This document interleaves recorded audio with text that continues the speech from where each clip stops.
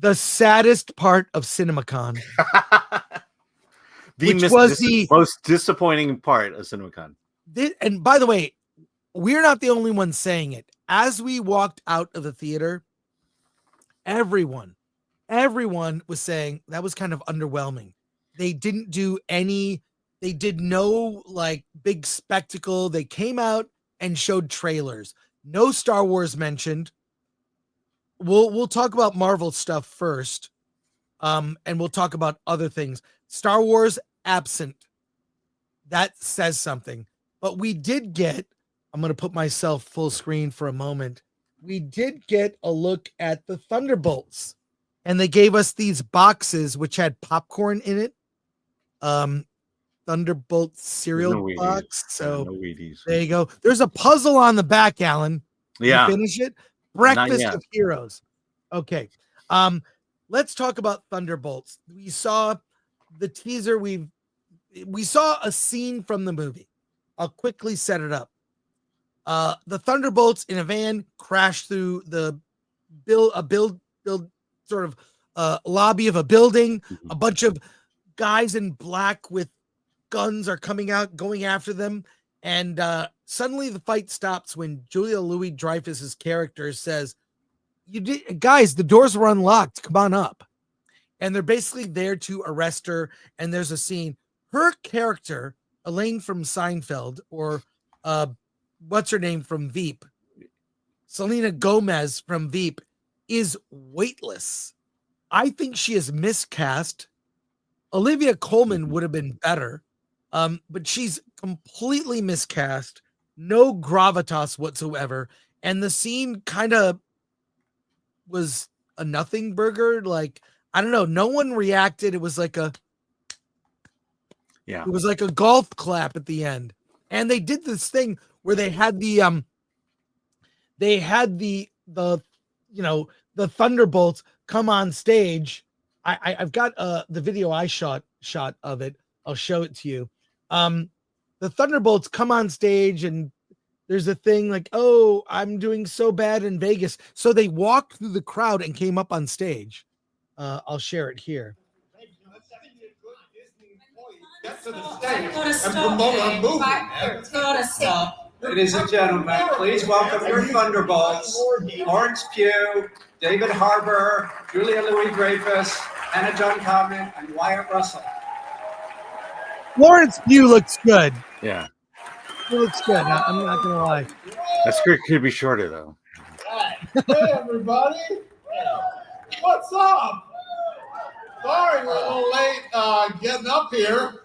Yeah, sorry. We lost Wyatt to the casino. Yeah. Our seats were in the balcony, by the way. Find the Coliseum next to me. You're down 37 grand or whatever. Yeah, but we are super psyched to be here at CinemaCon. We really hope you love the film and it does really well so that Wyatt Russell can make back the money he lost today. Yeah. We really do. Anyway, we are super excited to show you an exclusive look at our new team of glorious misfits and in the Marvel Universe coming to your cinemas next month. We had such a special time making this movie, such a special time. Sorry, I'm like slurring. It's like I've been drinking. I haven't. With many unique experiences, like David. You call me Daybar? What? Daybar, like David Harbour driving us across Utah. They're making mistakes. It's good. Like David Harbour driving us across Utah in a red limo, wearing super suits in the hot desert, and that I got to jump off the second tallest building in the world, which was pretty cool. Yeah. Anyway, I'll shut up now and let you watch it, and we hope you enjoy. Well, there you go. There you have it. That was the Thunderbolts. The scene they showed was what I described and actually kind of weak. Yeah, underwhelming. It was kind of weak. I was underwhelmed. Yeah, like the entire presentation from Disney, I was just underwhelmed. Yeah. Well, let's keep going. Yeah, Fantastic Four. They had no one come out. They did two things. Kevin Feige was on screen. Sorry I couldn't be there. CinemaCon. I'm on the set of Avengers Doomsday. We're just starting shooting, but here's a look at the Fantastic Four. Alan, describe the footage, and I'll tell you what I think. Yeah, it basically opens up with that. If you remember the scene in the trailer where the Fantastic Four are kind of in a spotlight, well, the opening moment is the TV show that they're going to get interviewed on, and this is very much a teaser trailer, a very, what is it? A distant look at who the Fantastic Four are. It's an extended trailer for CinemaCon only. But again, underwhelming. But two things stood out in the trailer. One is Pedro Pascal is miscast, and two, female Silver Surfer stands out as well, and it's not good. It doesn't work, it looks bad. Doug Jones in the makeup in The Rise of the Silver Surfer looked better than what we saw, which was a very digital female Silver Surfer. It did not look good. Part of the story of what it's not gonna surprise people, but they went up into space, they got these powers, and now they're going back to space again, but this time they have superpowers to confront whatever this threat from another world is. You see giant that casts a big shadow over New York. Yes, we see the back of Galactus's head, kinda. We don't see Galactus. They didn't show that, so it's a little bit more of what you've already seen. And you're right; those two things stood out. They're the weakest parts of the movie. Pedro as Reed. We did learn part of the story, and this seems to happen in the beginning of the film. Sue is pregnant. Yes. Franklin is coming along with Galactus. So we see Franklin Richards is going to be born. She's pregnant. Johnny's excited. I'm going to be an uncle. You'll be a great mom. They're very much a tight-knit family, right? So Vanessa Kirby, the other two look great. Yeah, they're great. Johnny and Sue, amazing. And the thing looks like the thing from the comics. It's Kirby thing.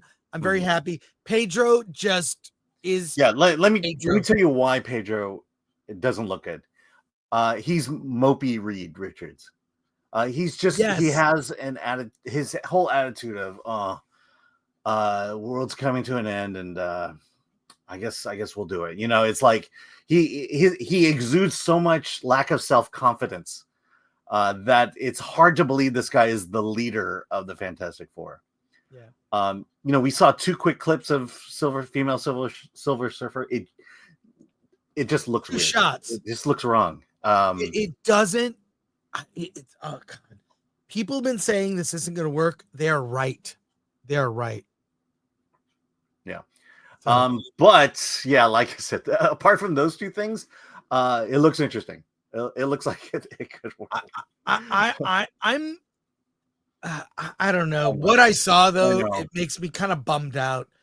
This could have been great with a different casting for Reed, and just give me Silver Surfer from the comics.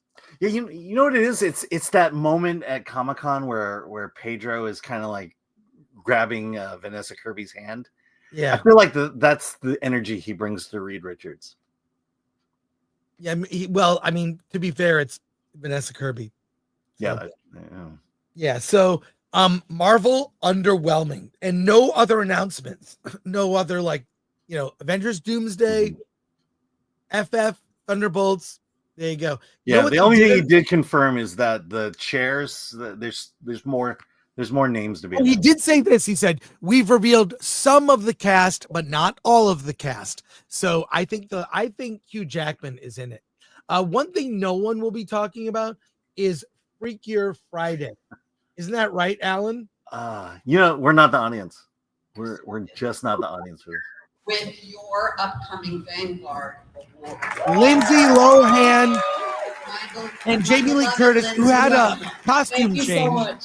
We can't begin to tell you how amazing it's been to be back in Anna and Tessa's shoes in Freakier Friday. Yes, but we don't spend that much time in those shoes, actually, since this Friday is even freakier because this time we have double the swaps. Yes, you'll get to see Jamie and I take on all new personalities as we find the bodies we have swapped with our teenage counterparts. It's the scene they showed was so lame. The scene they showed was terribly lame. Okay, it was like it's like a Disney Channel movie. Yeah, am I wrong? Look, let's be honest. Freakier Friday will be as great as Freaky Friday. Right. The original, though. What do you expect? The old movie is actually decent. Yeah, the Jodie Foster version. Yes, it was Jodie Foster and Ellen Barkin. I think those are the two. I mean, look, it's a Disney Channel live action movie. All right, that's what we got. One last big thing out of Disney was was Avatar, Fire and Ash. So Zoe, what's funny is Zoe Saldana. I remember everyone pronouncing her name Zoe Saldana. Everyone now introduces her as Zoe Saldana. Saldana. Did you notice that? Yes, because Zoe she's Saldana. the first Dominican American actress to ever win an Academy Award. She's the first woman ever to be in a movie, but here she is at CinemaCon. Finishing up Fire and Ash. It is truly my honor to be here and to tell you about Avatar Fire and Ash. As Jim has said, this film is unlike anything audiences have ever seen, and it's exactly what they want. Fire and Ash expands the beautiful world of Pandora and introduces two new clans. The Wind Traders are a peaceful, nomadic, air-traveling clan, and the Ash people are former Na'vi who have forsaken Awa. I'm thrilled to share a clip today that features the Wind Traders, the Ash people, and gives you a sense of where this next chapter of our epic story leads. Without further ado, please put on your 3D glasses and experience Avatar, Fire and Ash. So that was it. What did you think of the footage? And to be clear, it was not only in 3D, it was an HFR. Yeah. It looks like a video game. I did not like the look of the footage. I hated it.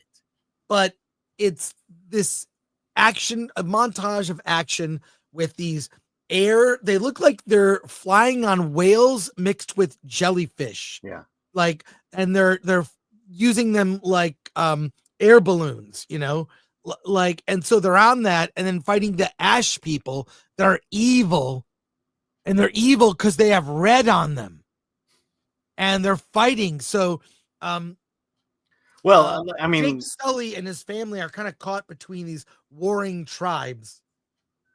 Yeah, I mean, the Ash people, let's frame it a little bit better than that. They have forsaken the tree.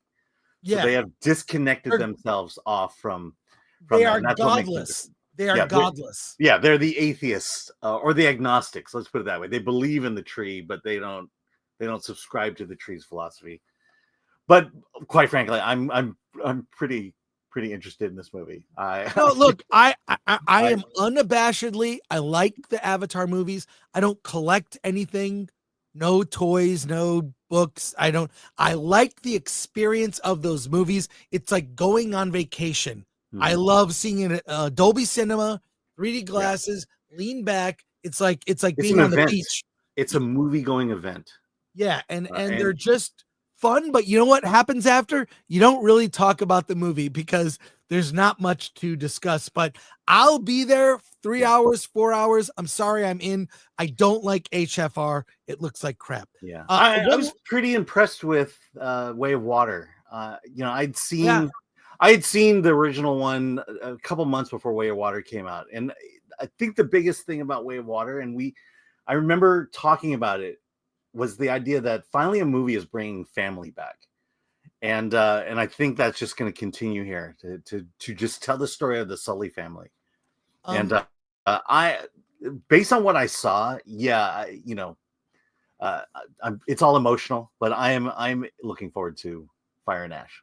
Same. One last thing worth mentioning is a movie that's been kind of mysterious up to this point.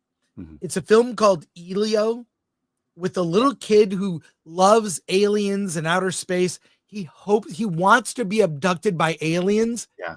And he has one eye with an eye patch on. So he's got one eye, which was ironic because we saw this preview in 3D. Mm-hmm. And the title character of the movie can't see the movie in 3D. Make of that what you will. But we put on our 3D glasses and saw the Elio preview, and it was a dud. It was lame. It was for little kids. Mm-hmm. It's going to be this strange world of this season. I think it will. I think that movie will fail. I think it may fail, but it's not going to Strange World. Strange World failed because of the gay teen romance. There's no gay teen romance in this one. Yeah. And then I get the sense you want to end this. So let me tell you the movies Chris doesn't want to talk about. No. I want you to, dude. It's all good. It's all good. I mean, you don't want to talk about Tron. You don't want to talk about. Oh, sorry. I don't want to talk about Lilo and Stitch. No. I forgot about Tron. That looked amazing. Two things about it. We see a teaser for it, and it's basically the Tron world comes into the real world. Yeah. And takes over like the light cycles. And they with the light cycles, and they made the theater, they added steam and lasers. They should do that in the theater. Actually, it was such a cool effect. But yeah, Tron, and then original music by 9 Inch Nails. Okay, you want to talk about Predator real quick? Yes, Predator Badlands. Yeah, I mean that one. Look, Elle Fanning's in it. First thing she says is they make this is where Predators are not necessarily the bad guys, and I'm like, really? Of course they're not. But I mean, we'll see. I what they showed us, fine, but I don't think anything they said got me excited about Predator.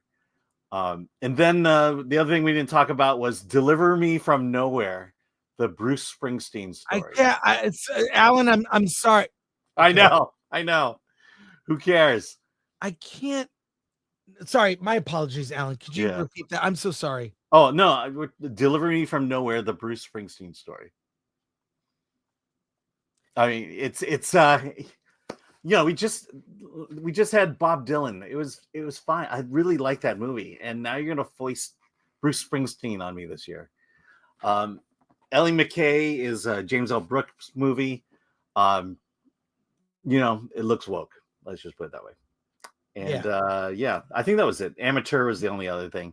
Lilo and Stitch. But we see Amateur's coming out like very soon. Yeah, and we got the trailer, and then Lilo and Stitch is the only thing on this whole slate that looks good. That was the thing that looked the best. It's a home run. You saw How to Train Your Dragon, and your takeaway was just do exactly the animation, but in live action. Yeah. Just don't change anything. Don't update.